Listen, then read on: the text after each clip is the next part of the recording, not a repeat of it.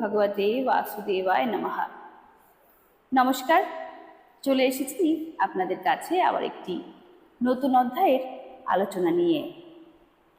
আজকের আলোচ্য অধ্যায়টি হল শ্রীমদ্ ভাগবত মহাপুরাণের অষ্টম স্কন্দের ষোড়শ অধ্যায়।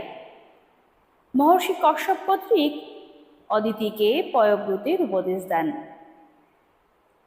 শ্রী শুকদেব বললেন, হে মহারাজ, যখন দেবতারা স্বর্গ থেকে পালিয়ে গেলেন এবং বলি ইন্দ্রপুরী অধিকার করে নিলেন, তখন দেবমাতা অদিতির খুব দুঃখ হল। তিনি অনাথের মতো বিলাপ করতে লাগলেন। অনেকদিন পর কশ্যপ মুনির সমাধি ভঙ্গ হলে তিনি অদিতির আশ্রমে উপস্থিত হলেন এবং দেখলেন সেখানে সুখ শান্তি নেই, কোনো কাজের উৎসাহ নেই, এমনকি আশ্রমকে ঠিকমতো সাজানো হয়নি। হে কুরুকুল তিলক, তিনি সেখানে গিয়ে অদিতি কর্তৃক যথোচিত আপ্যায়িত হলেন এবং আসন গ্রহণ করলেন। পত্নী অদিতিকে স্নানমুখী দেখে ন্যায়াসুর হারে তিনি বলতে লাগলেন, হে কল্যাণী, এখন ব্রাহ্মণদের কোনো রকম বিপদ হয়েছে কি? ধর্মের পালন ঠিকমতো হচ্ছে তো? মৃত্যুর বশবর্তী জীবদের কোনো অমঙ্গল হয়নি তো? হে সতী, গৃহস্থাশ্রমে যারা যোগী নয় তাদেরও যোগের ফল লাভ হয়। এই গৃহস্থাশ্রমে ধর্ম, অর্থ ও কাম, এই তিন বর্গের সাধনে কোনো বিঘ্ন ঘটেনি তো? এমনও হতে পারে যে তুমি আত্মীয় স্বজনের পালন করার জন্য গৃহকাজে ব্যস্ত ছিলে এবং অতিথি বিনা সৎকারেই ফিরে গেছেন। তুমি কি সেই কথা ভেবে বিষণ্ণ হয়েছ? যে গৃহ থেকে অতিথি অত্যন্ত জলদ দ্বারাও অভ্যর্থিত না হয়ে ফিরে চলে যান, সেই গৃহ শ্রীকাল গৃহতুল্য। হে সতী, হে কল্যাণী, এমন কি হয়েছে যে আমি প্রবাসে চলে যাওয়ার পর তোমার মন উদ্বিগ্ন হয়েছিল এবং সেই জন্য তুমি যথাকালে অগ্নিতে হোম করতে ভুলে গেছ? সর্বদেবময় ভগবানের মুখ হচ্ছেন অগ্নি ও ব্রাহ্মণ। গৃহস্থ যদি এই দুইয়ের পূজা করে তবে তারা সর্বকামনা পূরণকারী লোকপ্রাপ্ত হয়। হে মনস্বিনী, তুমি তো সবসময় প্রসন্ন থাকো, কিন্তু কিছু লক্ষণ দেখে মনে হচ্ছে তুমি অপ্রকৃতিস্থ হয়েছ। তোমার সন্তানদের সব কুশল আছে তো? অদিতি দেবী বললেন, হে ভগবান, ব্রাহ্মণ, গোধর্ম এবং আপনার এই দাসী কুশলেই আছে।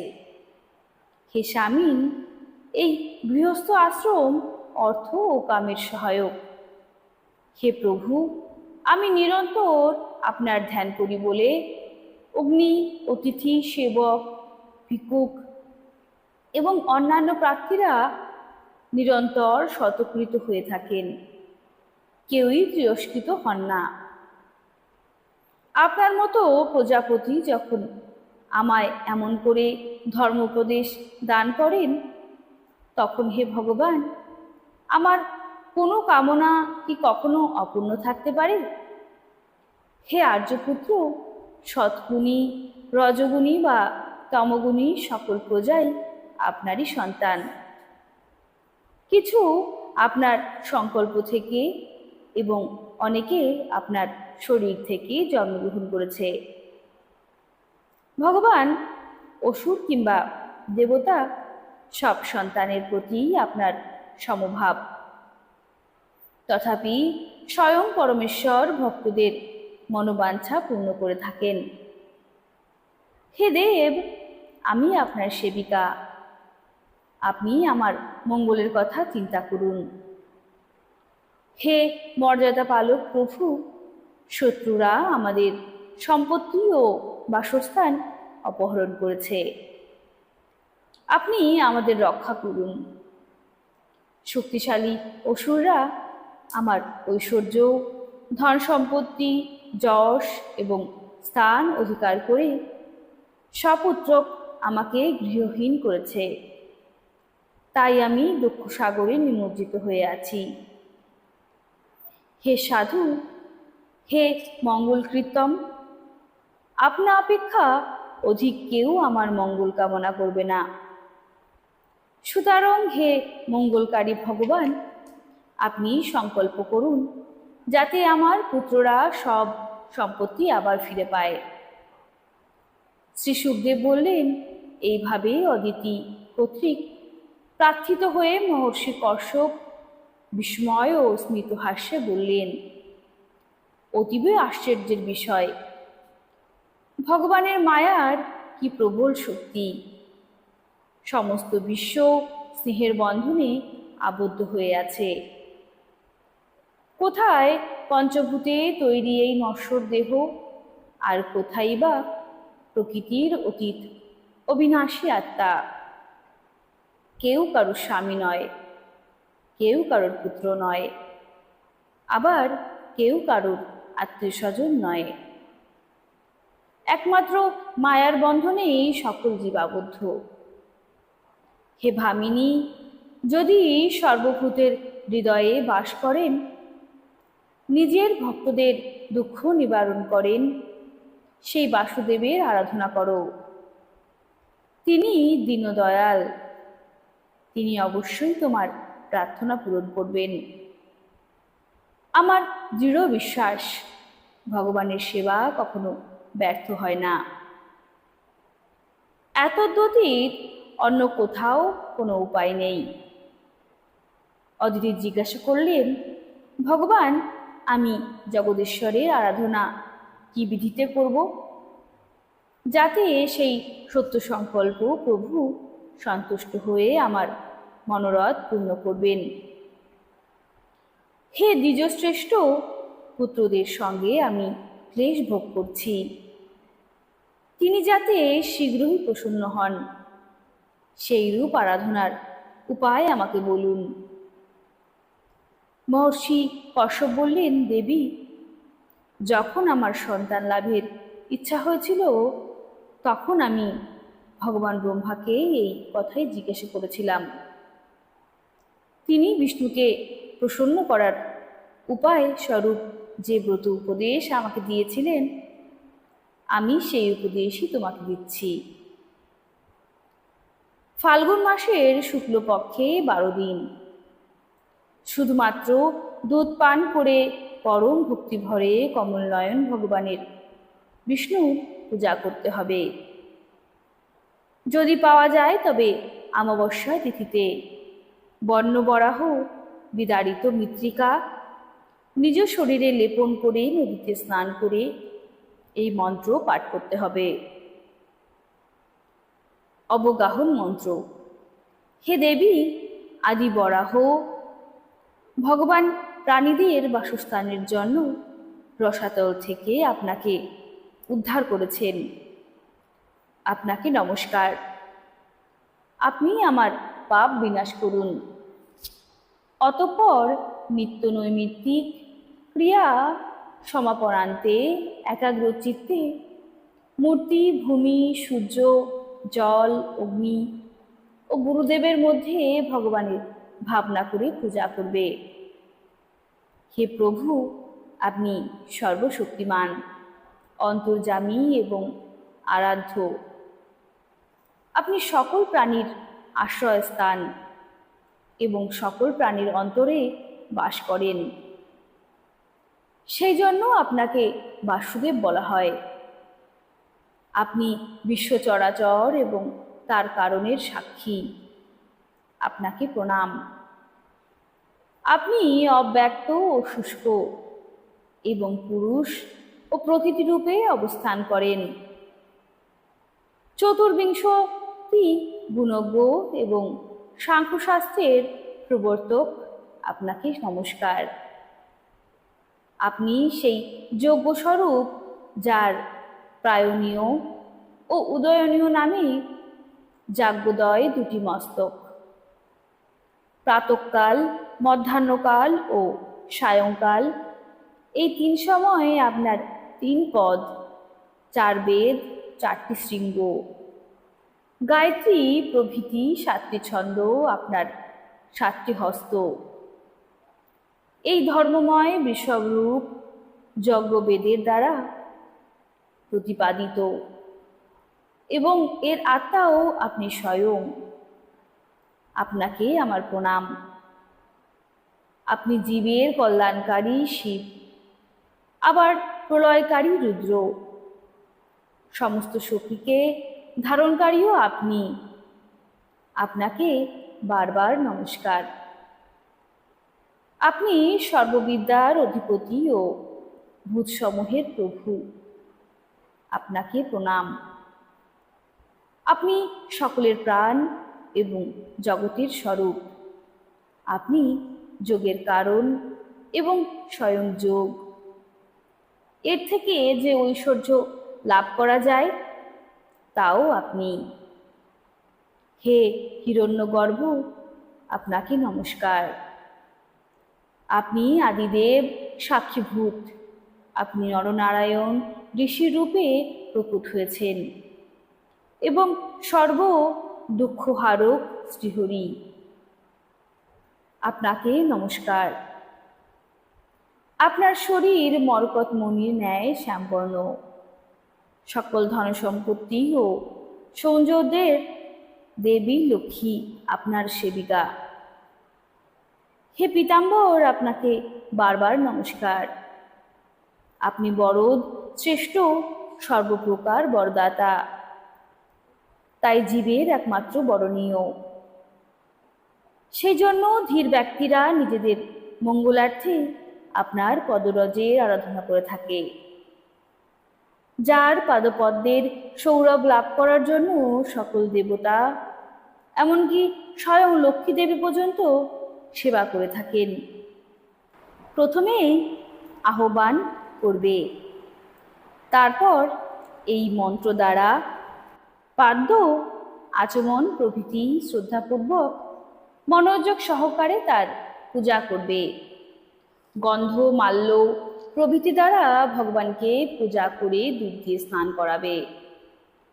তারপর বস্ত্র, যজ্ঞোপবীত, আবরণ, পাদ্য, আচমনীয় গন্ধ ও ধূপ প্রভৃতি দ্বারা দ্বাদশাক্ষর মন্ত্র পাঠ করবে। ওম নমো ভগবতে বাসুদেবায়। এই মন্ত্র দ্বারা ভগবানের পূজা করবে। যদি ব্যয় সামর্থ্য থাকে তবে দুগ্ধ, পক্ক, শালন্য দ্বারা প্রস্তুত ঘৃত ও গুড় মিশ্রিত পায়সান্ন নিবেদন করবে এবং তারপর দ্বাদশ অক্ষর মন্ত্র দিয়ে হোম করবে। সেই প্রসাদ নৈবেদ্য ভগবত ভক্তদের মধ্যে ভাগ করে দিতে হবে অথবা নিজে গ্রহণ করবে।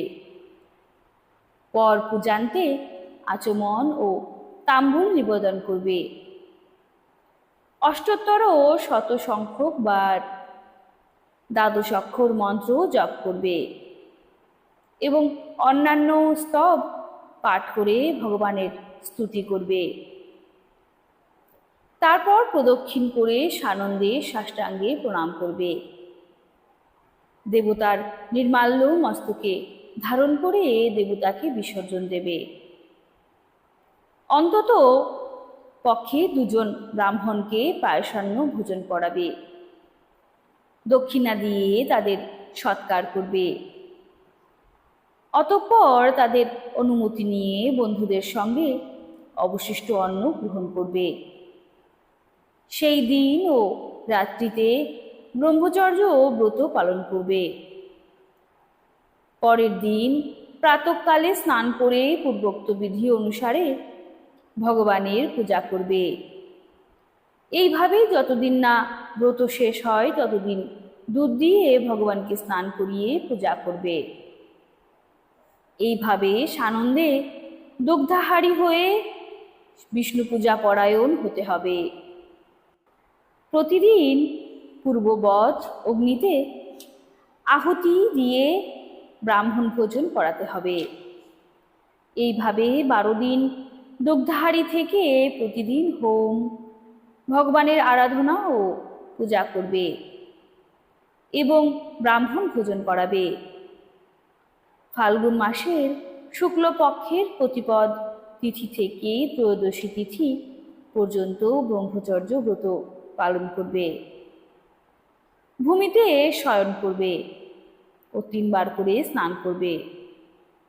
মিথ্যা কথা বলবে না, পাপীর সঙ্গে আলাপ করবে না, পাপ বিষয়ে আলোচনা করবে না, উৎকৃষ্ট ও নিষ্কৃষ্ট সব রকম ভোগই ত্যাগ করবে। কোনো প্রাণীর প্রতি হিংসা করবে না, কেবল ভগবানের আরাধনায় একাগ্র হয়ে থাকবে। ত্রয়োদশীর দিন শাস্ত্রবিধিজ্ঞ ব্রাহ্মণ দ্বারা ভগবানকে পঞ্চামৃত দিয়ে স্নান করাবে। কৃপণতা বর্জন করে যথাসাধ্য ধন ব্যয়ে ভগবানের মূর্তি পূজার আয়োজন করতে হবে এবং দুধে চড়ু পায়েস রান্না করে ভগবানকে নিবেদন করবে। দুধে চড়ু পাক করে সুসমাহিত চিত্তে ভগবানের যজনা করবে এবং তিনি যে সমস্ত বস্তু গ্রহণ করে প্রসন্ন হন সেই সমস্ত বস্তু নৈবেদ্য রূপে নিবেদন করবে। তারপর জ্ঞানী আচার্য ও যাজ্ঞিকদের বস্ত্র, অলঙ্কার এবং গরু দান করে সন্তুষ্ট করবে। হে প্রিয়ে, একেই ভগবানের আরাধনা বলে মনে করবে। হে শুচিস্মিতে আচার্য ও ঋত্বিক ব্রাহ্মণদের শুদ্ধ, পবিত্র ও নানা গুণবিশিষ্ট অন্ন ভোজন করাবে। সেই সঙ্গে অন্য ব্রাহ্মণদের এবং অন্যান্য অতিথিদের সামর্থ্য অনুযায়ী ভোজন করানো উচিত। গুরু ও যাজ্ঞিক ব্রাহ্মণদের যথাসাধ্য ও যথাযোগ্য দক্ষিণা দেবে। স্বেচ্ছায় আগত চণ্ডাল এবং অন্ধ, দীন দুঃখী ও অসমর্থ লোকদের অন্ন বিতরণ করে সন্তুষ্ট করবে। দীন দরিদ্র অন্ধের সেবা ভগবত সন্তুষ্টির জন্যই করা হয়েছে মনে করে ভাই বন্ধুদের সঙ্গে নিজে ভোজন করবে। প্রতিপদ থেকে ত্রয়োদশী তিথি পর্যন্ত প্রতিদিন নিত্য গীত, বাদ্য, স্তুতি, স্বস্তি বাচন এবং হরিকথা শ্রবণ কীর্তনাদি দ্বারা প্রতিদিন ভগবানের পূজা করবে।